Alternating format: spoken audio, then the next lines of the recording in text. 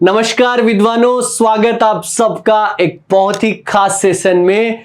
जिस भर्ती का इंतजार राजस्थान के हर एक युवा को है, कनिष्ठ लेखाकार और तहसील राजस्व लेखाकार, यानी कि कहें तो जूनियर अकाउंटेंट और तहसील रेवेन्यू अकाउंटेंट।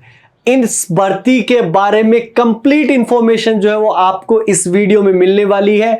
इस वाले वीडियो में हम क्या क्या कवर करेंगे ये आप जो है वो देख सकते हैं। यहां पर पहला पॉइंट हमारा जो रहेगा कि क्या सीईटी पास होना इसके लिए जरूरी है क्या। सबसे जो ज्यादा कॉमन जो क्वेश्चन जो है वो पूछा जाने वाला क्वेश्चन है कि सीईटी का पास होना जरूरी है क्या इसके अंदर। और जिन जिन कमेंट के आधार पे ये लिस्ट जो है वो बनाई गई है, इस चीजों के बारे में बार बार कमेंट करके पूछा जा रहा था कि सर इस वाली भर्ती के बारे में बताइए, कौन कौन से चीजें हैं कि प्रमोशन कैसे होता है, सैलरी कैसे होती है। तो इन सभी पॉइंटों को ध्यान में रखा गया है। पहला है सीईटी का पास होना जरूरी है क्या, आज इसके बारे में जानेंगे। साथ साथ में जॉब प्रोफाइल यानी के जूनियर अकाउंटेंट जो है वो क्या काम करता है, लास्ट भर्ती कब आई थी, इसके बाद में कितना टाइम लग गया, किस तरीके की चीजें होती हैं, आपकी सैलरी जो है वो आपकी क्या रहेगी, कितना जो है वो आपको प्रोबेशन पीरियड में मिलेगा, जब आपका फिक्सेशन हो जाएगा तो उसके बाद में आपको कितनी सैलरी मिलेगी। भैया पैसे का तो काम है ही है। अच्छा जी, सरकारी नौकरी है तो क्या हुआ, इसके साथ साथ में अपने को ये भी तो ध्यान में रखना है कि हमें सैलरी कितनी मिलने वाली है, कौन से लेवल की जो है ये जॉब है, कितना ग्रेड पे आपका रहेगा। इसके साथ साथ प्रमोशन किस प्रकार से होंगे, आपकी 5 साल की जब जॉब हो जाएगी तब आपको कैसे मिलेगा, या प्रमोशन के लिए क्या हमारा कोई एग्जाम होता है क्या, या सीनियरिटी के बेस पे मिलता है क्या। इस तरीके की चीजें आज इस वीडियो में जानेंगे। और इसके साथ साथ एग्जाम पैटर्न क्या रहता है, सिलेबस जो है वो आपका क्या रहेगा, और पेपर होते हैं दो तो वो दोनों एक साथ ही होंगे क्या, एक ही दिन होंगे या लगातार होंगे। इस तरीके की तमाम चीजों के बारे में जो है वो आज हम इस वीडियो के माध्यम से जानेंगे। और विद्वानों, अगर आप इस चैनल पर पहली बार हैं तो चैनल को सब्सक्राइब जरूर करें, क्योंकि यहां पर क्वालिटी वाली पढ़ाई, वो भी निःशुल्क, और साथ में सारे महत्वपूर्ण अपडेट जो हम आपको समय समय पर देते रहते हैं। मिशन ज्ञान निःशुल्क शिक्षा को समर्पित संस्थान है। चलिए विद्वान लोगों, सबसे पहले हम आते हैं हमारे पहले पॉइंट की तरफ कि क्या सीईटी का पास होना जरूरी है क्या। तो एक ही वर्ड में मैं आपको इसका जवाब दे देता हूं कि यस, आपको सीईटी जो है वो क्लियर करना जरूरी है। उसके बाद में ही आप जो है वो एज ए सीईटी मेंस का एग्जाम समझिए आप। इस तरीके से नाम दिया गया। जब आपको पता है कि अभी मैंने 2 दिन पहले एक वीडियो अपलोड किया था और उसमें भी मैंने आपको बताया था कि कर्मचारी चयन बोर्ड जो है वो दुविधा में था सीईटी के लिए कि 40% मिनिमम क्वालिफिकेशन मार्क्स रखें कि 15 गुना पास किया जाए। तो कार्मिक विभाग की से मार्गदर्शन मांगा गया और उन्होंने मार्गदर्शन किया कार्मिक विभाग ने कि भैया आप ऐसे करो कि टॉप 15 गुना सीईटी में पास कर दो, और रिजर्व कैटेगरी जो आपकी एससी एसटी ओबीसी है, इसमें अगर 15 गुना पास नहीं होते तो उनमें से और जो एक्स्ट्रा चाहिए वो भी आप उठा लो। इस तरीके से आप करो ताकि फायदा सबका हो, और कभी भी ऐसा नहीं हो कि जनरल कैटेगरी की जो कट ऑफ है वो कम रह जाए या रिजर्व कैटेगरी कट ऑफ ज्यादा रह जाए, इस तरीके का। तो सीईटी का पास होना जरूरी है। जैसा कि आपको 15 दिन पहले हमारे आरएसएम एसएसबी बोर्ड के द्वारा जो संभावित कैलेंडर है वो जारी किया गया था। और विद्वान लोगों, कितनी खुशी की बात है हमारे यहाँ कि 17 एग्जाम जो है वो बोर्ड करवाएगा। 17 एग्जाम सितंबर से लेकर, और इसके बाद में हमारा फरवरी 2024 तक 17 गवर्नमेंट एग्जाम होने वाले हैं। ये अपने आप में बहुत बड़ी बात है।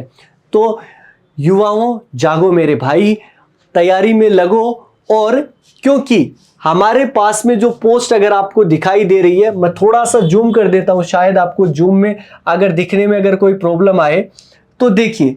पॉइंट नंबर 2 पे अपना क्या लिखा गया, कनिष्ठ लेखाकार और तहसील राजस्व लेखाकार संयुक्त सीधी भर्ती परीक्षा 2023, जिसका एग्जाम की जो टेंटेटिव एग्जाम कैलेंडर है, लगभग जो आप इसको श्योर मानिए, और इसका एग्जाम होगा वो होगा 17 सितंबर 2023 को। अगर आज से बात करी जाए तो लगभग आप 4 महीने जो है वो पकड़ के रख सकते हैं। लेकिन क्या इन 4 महीनों में तैयारी पॉसिबल है, क्या कितने सब्जेक्ट होते हैं, धीरे धीरे अपन इस वीडियो के माध्यम से जो है वो जानेंगे। ठीक है विद्वान लोगों, तो सीईटी का पास होना तो जरूरी था। अब हम बात करते हैं जॉब प्रोफाइल के बारे में। और जैसा कि आपको बार बार दिखा कि एक तो कनिष्ठ लेखाकार था, यानी कि जूनियर अकाउंटेंट आपका, जिसको मैं एसीटी लिख रहा हूं, और दूसरा है तहसील राजस्व लेखाकार, जिसको क्या कहते हैं टीआरए, यानी कि तहसील रेवेन्यू अकाउंटेंट। दोनों ही जो है वो आपके क्या है, एज ए अकाउंटेंट की तरह ही आपके काम करते हैं। अब फर्क क्या रहा दोनों में, यहां और यहां। अगर तहसील राजस्व अकाउंटेंट लेखाकार अगर आप बनते हैं, अगर आपका इस पोस्ट के लिए जो है वो आपका सिलेक्शन होता है, कितनी नंबर ऑफ पोस्ट है वो भी आपको पता होनी चाहिए, वो होनी चाहिए 5190 पोस्ट जो है वो टोटल है आपकी विद्वान लोगों।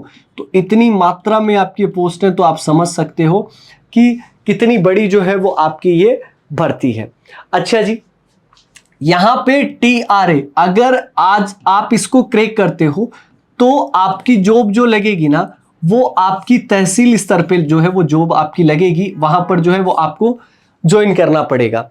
इसके साथ साथ अच्छा जी, जूनियर अकाउंटेंट जो है, जो भी डिपार्टमेंट है हमारे, अब डिपार्टमेंट कौन कौन से हो सकते हैं, जैसे कि आपका जल संसाधन विभाग हो गया, वहां पर अकाउंटेंट का काम होता है। अच्छा जी, इसके अलावा एनर्जी रिसोर्सेज का अपना डिपार्टमेंट हो गया, वहां पर हो गया, माइनिंग का डिपार्टमेंट हो गया। इस तरीके से हमारे जितने भी जो डिपार्टमेंट है उनमें अकाउंटेंट के तौर पे जो है वो आपका जो है वो जॉब लगेगी। अब इस जॉब प्रोफाइल में अगर बात करें कि ये इतनी बढ़िया जॉब कैसे है, देखिए जी, क्योंकि जहां पर पैसा है वहीं पावर है। तो फिनेंशियल पावर जो होती है ना विद्वान लोगों, फिनेंशियल पावर जो होती है वो आपकी जूनियर अकाउंटेंट की होती है। अकाउंटेंट के पास में जो है वो सारा का सारा लेखा जोखा रहता है।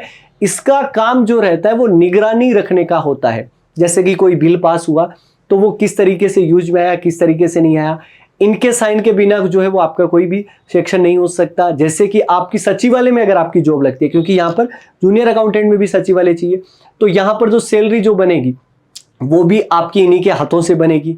अब दोनों में फर्क क्या है फिर पावर के बात में, क्योंकि देखिए गवर्नमेंट जॉब ना सिर्फ आपको एक स्टेबिलिटी देती है, बल्कि आपको एक रुतबा भी जो है वो देती है। और इस जॉब में वो रुतबा है, आप देखिए, वो इसलिए क्योंकि अगर आप टीआरए के लिए जाते हैं तो आपका जो काम रहेगा वो लोगों के साथ में ज्यादा जो है वो कनेक्टिविटी रहेगी। और अगर आप जूनियर अकाउंटेंट, अगर आप किसी डिपार्टमेंट में अगर आप काम लगते हैं, अगर आपकी ज्वाइनिंग आती है, तो वहां के ऑफिसर्स लेवल के जो लोग हैं उन लोगों के साथ में जो है वो आपकी डीलिंग ज्यादा होगी। तो आप समझ गए होंगे कि ये कितनी पावरफुल जॉब है आपकी, जिसका सिलेबस थोड़ा सा जो है वो वाइड है, थोड़ा नहीं कहे तो अपन बहुत भी कह दें तो भी जो है वो चलेगा। अच्छा जी, जॉब प्रोफाइल की आपकी बात हो गई। अब बात करें कि सैलरी, जो कि मोस्ट इंपॉर्टेंट है, सैलरी जो है वो आपकी क्या रहने वाली है। तो सैलरी की अगर मैं बात करूं और आपके प्रोबेशन पीरियड की अगर मैं बात करूं, प्रोबेशन पीरियड मतलब इसकी बात करें तो आपको इन हैंड जो मिलेंगे वो आपको मिलेंगे 23,700, ये लेवल 11 की पोस्ट आपकी, और 3600 ग्रेड पे जो है वो आपका इस वाली पोस्ट के लिए है। 3600 ग्रेड पे है आपका, प्रोबेशन में आपको मिलने हैं 23,700 रुपए। और 2 साल का जब प्रोबेशन पीरियड अगर आपका खत्म हो जाएगा, तो फिक्सेशन की मैं बात कर रहा हूं, 2 साल के बाद की मैं जो है वो बात कर रहा हूं, तो वहां पर आपको क्या मिलेगा कि 34,800 रुपए। ये टोटल सैलरी नहीं हुई है भाई, ये टोटल सैलरी जो है वो आपकी नहीं हुई है। इसके अलावा आपका डीए हो गया, इसके अलावा आपका एचआरए हो गया, प्लस आपका सिटी का अलाउंस हो गया। एचआरए तो होम अलाउंस जो होता है वो अकॉर्डिंग टू सिटी हो गया कि 9% है कि आपका 18% है। अगर 9% भी अगर मैं कंक्लूड कर लूं, अगर उसको ले लूं और अगर 18% लूं, तो भी आपकी सैलरी जो है वो 2 साल के बाद में आपका 52K से लेकर 55K तक, ये 55 रुपए नहीं भैया, के मतलब 1000, तो मतलब इतनी सैलरी जो है वो आपकी रहने वाली है। और इतनी सैलरी जो है वो एक आरामदायक जीवन के लिए काफी है, निश्चिंत रहिए इस बारे में। तो आपको तो देखिए, ये आपका सैलरी का जो है वो लेखा जोखा है, और सैलरी के बारे में हर एक युवा को जरूर जानना चाहिए। देखिए क्यों जरूरी है, क्योंकि आप गवर्नमेंट सर्वेंट बनते हैं तो आपकी आगे की लाइफ जो है वो ना सिर्फ सरकारी नौकरी से चलनी है बल्कि उसकी मिलने वाली सैलरी से चलनी है, तो वो भी अपने को पता होना चाहिए। आगे की तरफ बढ़ते हैं। आगे अपने को बात करें कि प्रमोशन की। प्रमोशन जो है वो आपका किस तरीके से होगा। यहां पर पहली बात तो कि आपके दिमाग में ये आ रहा होगा कि क्या कोई एग्जाम होता है क्या, तो नहीं। प्रमोशन के लिए कोई जैसे कि रेलवे में डिपार्टमेंटल एग्जाम होते हैं, ऐसा यहां पर कुछ भी नहीं है। यहां पर आपको मैट्रिक्स और सीनियरिटी के बेस पे जो है वो आपको मेरिट और सीनियरिटी के बेस में आपका व्यवहार और आपकी चीजें, मतलब आपके कितने सीनियर हुए, कितने टाइम आपकी जॉब को हो गया, उसके अकॉर्डिंग जो है वो प्रमोशन मिलता है। तो सबसे नीचे जो आपका जो रहता है ना विद्वान लोगों, वो आपका क्या रहता है, जैसे कि आपका क्लर्क जो है वो आपका रहता है, और उससे ऊपर जो है वो आपका क्या रहता है, जूनियर अकाउंटेंट जो है वो आपका रहता है। और अगर आपका 5 साल का पीरियड जो है वो खत्म हो जाता है जॉब के लिए, 5 साल आपका, तो 5 साल अगर आपका खत्म हो गया तो ये समझिए कि इसके बाद में आपको जब प्रमोशन मिलेगा तो डबल AO सेकंड ग्रेड का आपको जो है वो प्रमोशन मिलेगा। डबल AO सेकंड ग्रेड मतलब आप समझ गए, डबल AO सेकंड ग्रेड का मतलब है assistant account officer second grade. अच्छा जी, इसके बाद में अगर आपका आगे जो है वो आपका टाइम होता है 5 साल के बाद में, अगर आप जो है वो बात करें तो वहां पर आगे जो आपका प्रमोशन बनेगा वो डबल AO फर्स्ट ग्रेड का आपका बन जाएगा। और इसके बाद में अगर आप वहां से अगर आप 5 साल करें, क्योंकि 12 से 15 साल के अंदर आप जो है AO की पोस्ट के लिए आपको चले जाओगे, इससे भी आगे चीफ अकाउंट ऑफिसर और वगैरह होते हैं, AO यानी कि अकाउंट ऑफिसर। तो ये इस तरीके का जो है वो प्रमोशन होता है विद्वान लोगों। जितने आप बढ़िया सीनियर पद पे जाओगे उतना आपका रुतबा और उतनी आपकी जानकारियां और उतनी आपको डेप्थ जो है वो डिपार्टमेंट के नॉलेज के बारे में आपको होती जाएगी। चलिए, ये आपका प्रमोशन की बात हो गई। लेकिन बात करें कि श्रीमान इसमें एग्जाम पैटर्न क्या रहता है, सिलेबस क्या रहता है, क्योंकि मैं एक बात करूं कि यहां पे सिलेबस जो है वो 12 सब्जेक्ट का है। कितने सब्जेक्ट का है आपका? 12 सब्जेक्ट का जो है वो आपका सिलेबस है। तो थोड़ा सा वाइड सिलेबस है और 4 महीने आपके पास में है। अगर आप आज ही तैयारी को लगोगे ना विद्वान लोगों, तो भी सब कुछ संभव है। देखिए, अगर हम चाहें तो जीवन में क्या नहीं संभव है, बस अपने को जो है वो अपनी इच्छा शक्ति जो है वो दृढ़ रखनी है। दृढ़ इच्छा शक्ति के सामने सब कुछ जो है वो आपका हो सकता है। आगे चलिए बात करें एग्जाम पैटर्न की, तो देखिए यहां पर सबसे पहले हिंदी के जो अधिकतम अंक रहेंगे वो 75 रहेंगे। और क्वेश्चन आपके कितने पूछे जाएंगे? आपको हिंदी के 25 क्वेश्चन पूछे जाएंगे, अंग्रेजी के भी 25 क्वेश्चन और उसके मार्क्स जो है आपके रहेंगे 75। सामान्य ज्ञान, जनरल नॉलेज, राजस्थान के रेफरेंस में, राजस्थान के संदर्भ में आपको जो पूछा जाएगा वो आपको कितने क्वेश्चन पूछे जाएंगे? 25 क्वेश्चन, वो भी 75 नंबर के, मतलब एक क्वेश्चन आपका 3 नंबर का होगा। इसी तरीके से जो daily science, daily life science है, जनरल साइंस जो है वो आपकी 25 क्वेश्चन होंगे, वो भी आपके 75 नंबर होंगे। मैथ्स आपको जो है वो पूछा जाएगा, उसमें भी 25 क्वेश्चन होंगे, अधिकतम अंक जो है वो 75 होंगे। और कंप्यूटर के मूल सिद्धांत, बेसिक प्रिंसिपल आपको पूछे जाएंगे कंप्यूटर के, वो भी 25 क्वेश्चन और मार्क्स उसके रहेंगे 75। 150 क्वेश्चन हो गए टोटल आपके और नंबर बनेंगे 450। पेपर के लिए टाइम जो मिलेगा वो आपको मिलेगा 2.5 घंटे। नेगेटिव मार्किंग रहेगी 1/3 वाली, जो कि हाईएस्ट आपकी। ठीक है जी, ये आपकी नेगेटिव मार्किंग रहेगी। गणित और कंप्यूटर के जो मूल सिद्धांत है वो आपका 10th बेस, मैट्रिक बेस का पूछा जाएगा। और बाकी जो प्रश्न पत्र है वो सेकेंडरी स्तर का जो है वो आपका आएगा। ये तो पेपर फर्स्ट है ये, इसके बारे में जो मैंने आपको बताया, जो कि 450 नंबर का है। इसके अलावा पेपर सेकंड के अंदर विद्वान लोगों आपके सब्जेक्ट जो है वो कॉमर्स के सब्जेक्ट जो है वो आपके जुड़ जाते हैं। बही खाता, बुक कीपिंग और लेखा कर्म यानी कि अकाउंटिंग, ये वाले क्वेश्चन जो है वो आपके 25 पूछे जाएंगे और 75 नंबर के प्रश्न हो गए। बिजनेस सिस्टम, व्यवसाय पद्धति, यहां से भी आपका जो है 25 क्वेश्चन 75 नंबर के रहेंगे।